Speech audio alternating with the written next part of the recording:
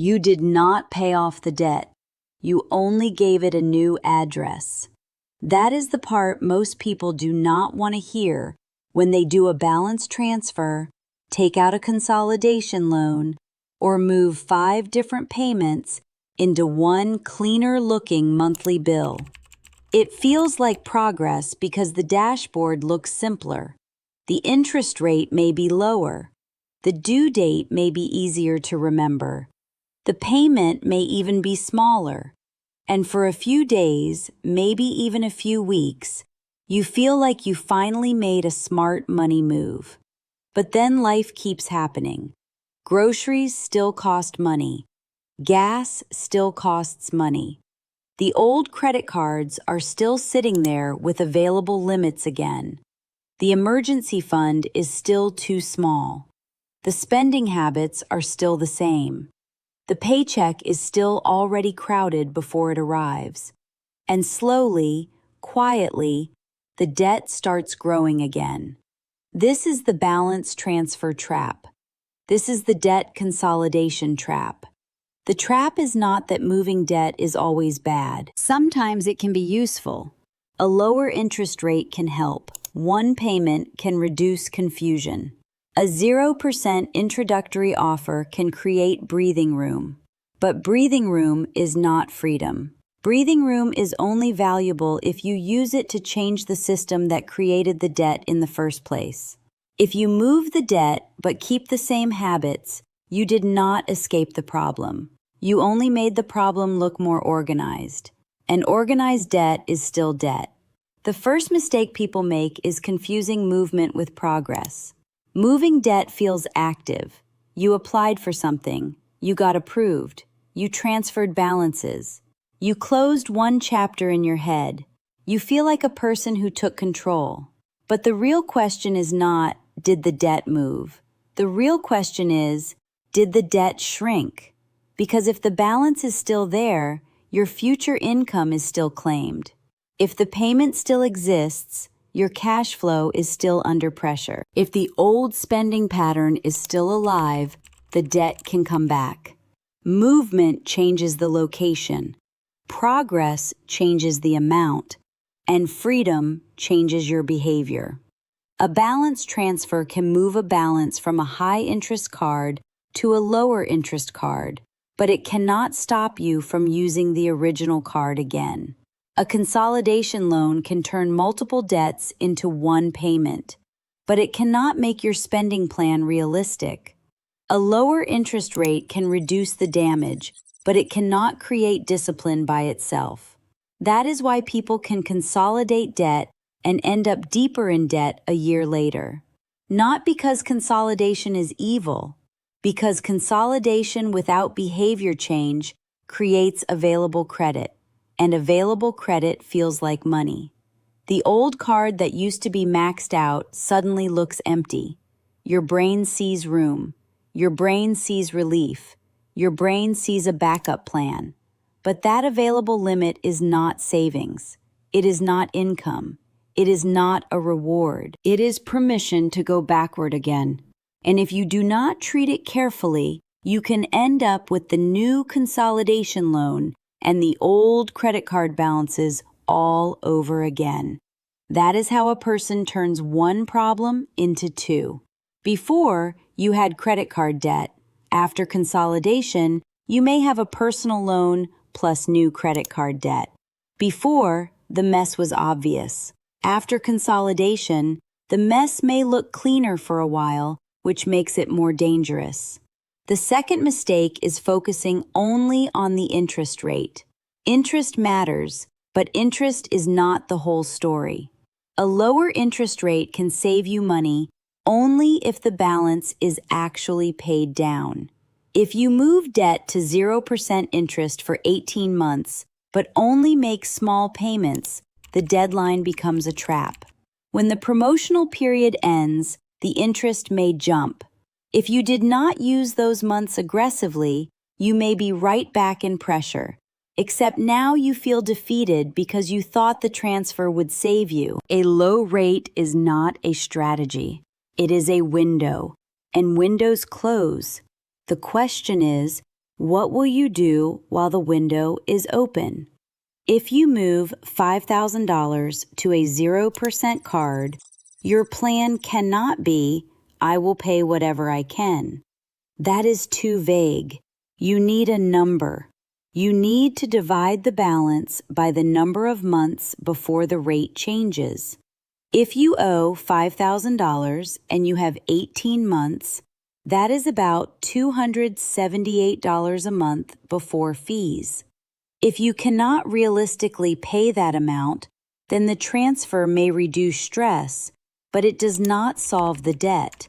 It only buys time. Buying time can be helpful, but only if you have a real plan for the time you bought. The third mistake is ignoring transfer fees and loan costs. A balance transfer is often advertised as 0% interest, but there may be a fee. Maybe 3%, maybe 5%, sometimes more. That means moving $5,000 could cost $150 to $250 immediately.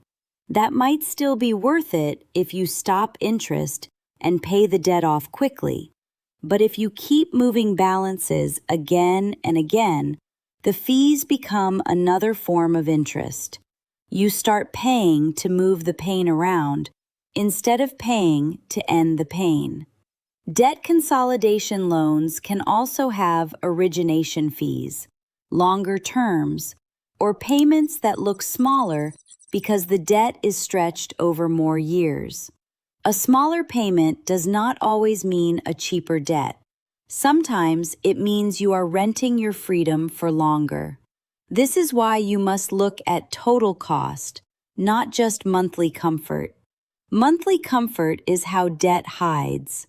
Total cost is how debt tells the truth. If a consolidation loan lowers your payment from $600 to $350, that sounds amazing. But if the term stretches for 5 years and the total interest is higher, you need to know that before you celebrate. The payment is the headline. The total cost is the story. The fourth mistake is consolidating debt before fixing cash flow. This is the big one. Debt is often not the disease. Debt is the symptom. The disease may be that your basic life costs more than your income. The disease may be that you have no emergency fund. The disease may be emotional spending. The disease may be convenience spending. The disease may be irregular bills you keep forgetting. The disease may be a car payment, rent, subscriptions, food delivery, or family obligations that make every month too tight. If you do not fix the cash flow problem, debt consolidation only makes the symptom quieter. It does not cure the source. Think about it this way. If your monthly income is $4,000 and your real monthly life costs $4,200, consolidation cannot save you. You are still underwater. The debt may be neater, but the leak is still open. Every month, the shortfall has to go somewhere. It may go back on a credit card. It may become a late bill. It may become another loan. It may become overdraft fees. You cannot borrow your way out of a budget that is permanently negative. You need a gap. The gap is the distance between income and expenses. Debt payoff lives inside that gap. If there is no gap, the plan is only a wish. This is why the first step before moving debt is not applying for a new loan. The first step is telling the truth about the monthly gap. How much money comes in? How much money must go out? How much is truly left before debt payments? Not fantasy left. Not what you hope is left. Real left. The number after rent, food, utilities, transportation, insurance, minimum payments, and irregular bills. If that number is small or negative, moving debt may help temporarily, but you still need a bigger fix. That fix may be cutting a major expense, increasing income, selling something, changing housing, changing transportation, pausing spending, or making decisions that feel uncomfortable but finally match reality. The fifth mistake is keeping all the old cards open and easy to use. People consolidate debt, then leave the old credit cards in their wallet, on their phone, in their shopping apps, and saved in every online store. That is not a payoff plan. That is a relapse plan. If you just move debt off a card, that card should not be sitting there ready to rebuild the balance.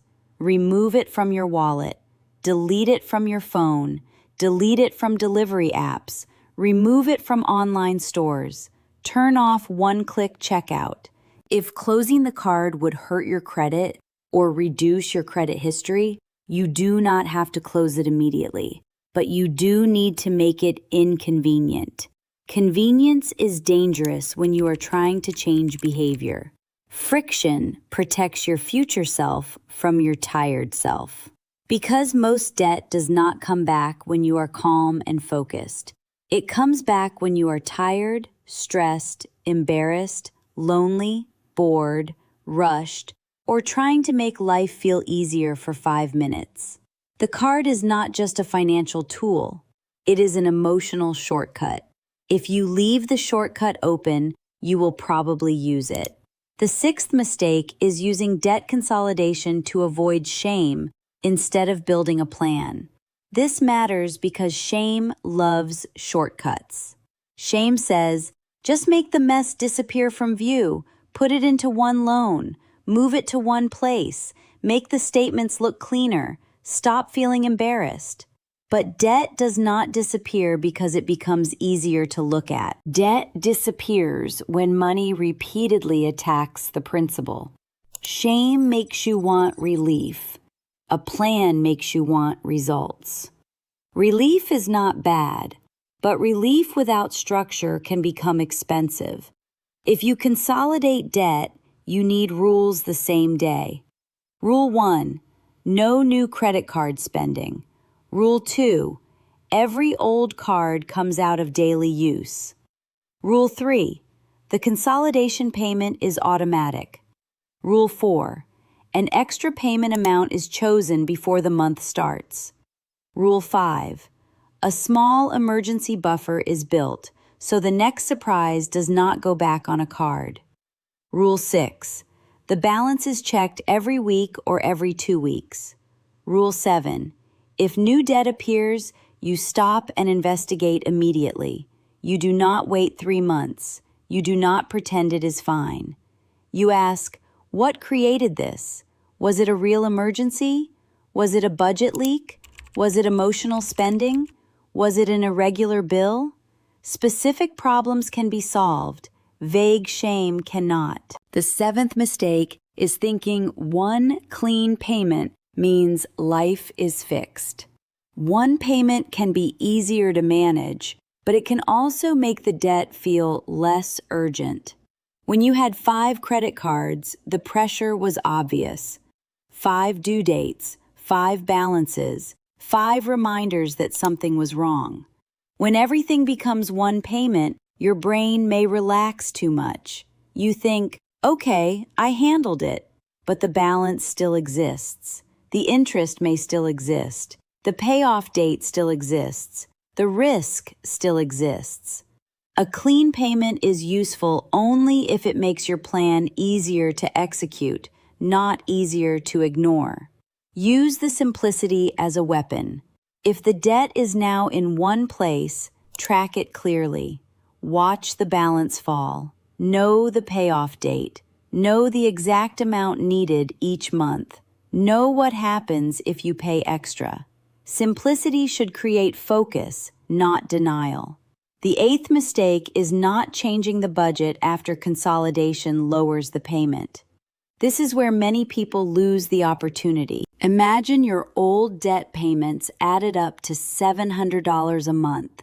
After consolidation, the new payment is $400.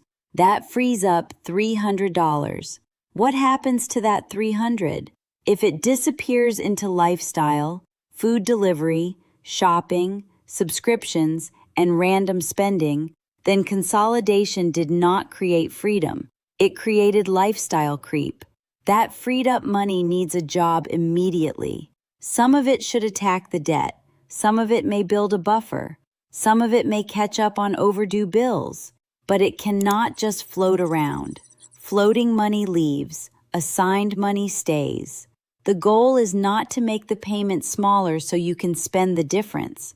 The goal is to use the difference to escape faster. If a lower payment gives you breathing room, do not spend the breathing room. Use it to breathe long enough to climb out. The ninth mistake is consolidating debt while still pretending rewards points matter. This is a hard one for some people. If you are carrying debt, the credit card rewards are usually not the story. The interest is the story. The fees are the story. The balance is the story. A person paying hundreds or thousands in interest should not be emotionally attached to earning a few dollars in points. Rewards are powerful when you pay in full. Rewards become noise when you carry balances. The bank did not create rewards because it wanted you to win. It created rewards because rewards make spending feel clever. If you are in payoff mode, simplicity beats optimization. Cash or debit may feel boring, but boring is useful when you are trying to stop bleeding. The 10th mistake is not having a debt exit date. Every debt plan needs a date, not a vague hope, a date. When will this debt be gone if you follow the plan? If the answer is, I do not know, then you do not have a plan yet. You have a payment. A payment keeps the account alive. A plan ends the account's power over your paycheck. Write down the balance. Write down the rate. Write down the payment. Write down the extra payment. Write down the month you expect to be done. If the date is too far away, adjust something. Increase the payment. Cut spending. Add income. Sell something. Choose a more aggressive target. The date gives your money a destination. Without a date, debt becomes part of your identity. You start thinking, I am just someone with debt. No, you are someone with a balance and a plan. Those are different things. Now let us talk about when a balance transfer or consolidation loan can actually help. It can help if you already stopped adding new debt. It can help if the lower interest rate saves real money. It can help if the fees are smaller than the interest you would have paid. It can help if the new payment fits your real budget. It can help if you use the old minimum payments and the freed up money to pay faster. It can help if you build a small buffer at the same time. It can help if you are honest about the habits that created the debt. In that situation, moving debt can be a tool. But tools do not build anything by themselves. You still have to use the tool correctly. A hammer can build a house or break a window. A balance transfer can help you escape debt or help you create a bigger mess. The difference is the system around it. So before you move debt, ask 5 questions. First, why did this debt happen? If the answer is one emergency, your plan may be different than if the answer is everyday overspending. Second, have I stopped adding new debt? If not, moving the debt may only create more available credit. Third, what is the total cost, including fees and interest? Do not look only at the monthly payment. Fourth, what exact payment will make this debt disappear before the rate changes or before the loan drags on too long? Fifth, what will I do with the old cards? If you cannot answer these questions, slow down. Relief is tempting, but clarity saves more money. Here is a simple plan. Step 1, stop using the cards. Not forever maybe, but for now. You need a clean break. Step 2, list every debt, balance, rate, minimum payment, due date. Step 3, decide whether moving the debt actually saves money after fees. Step 4, if you move it, Set the payment based on the payoff deadline, not the minimum. Step 5. Build a small cash buffer so life does not push you back into debt. Step 6. Remove old cards from easy access. Step 7. Track the balance every week. Step 8. When the balance drops, do not treat progress like permission to spend. Treat progress like proof that the plan is working. Debt payoff is not just about math, it is about trust. You are teaching yourself that your future paycheck does not have to belong to your past. You are proving that a mistake can become a plan. You are proving that relief does not have to come from borrowing. It can come from structure. It can come from honesty. It can come from saying no to the old pattern long enough to see a new result. And if you already moved debt and it came back, do not use that as proof that you are bad with money. Use it as information. The move was not enough. The system needed to change. Maybe you needed a buffer. Maybe you needed to stop using the old cards. Maybe you needed a more realistic budget. Maybe your income was too tight. Maybe the payment was too small. Maybe the debt was emotional, not mathematical. That does not mean you are hopeless. It means the next plan has to be more honest than the last one. The goal is not to look debt-free for a moment. The goal is to become harder to trap. A person who has only moved debt is still vulnerable. A person who has changed cash flow, habits, emergency savings, and payment strategy is becoming free. So remember this, a lower rate is helpful, but it is not freedom. One payment is cleaner, but it is not freedom. A 0% offer is useful, but it is not freedom. Freedom is when the balance is shrinking, the old cards are not refilling, your paycheck is no longer captured by past purchases, and emergencies no longer automatically become debt. You did not pay off the debt just because it moved. You paid it off when the balance disappeared and the behavior changed. Until then, the debt may have a new address, but it still knows where your paycheck lives.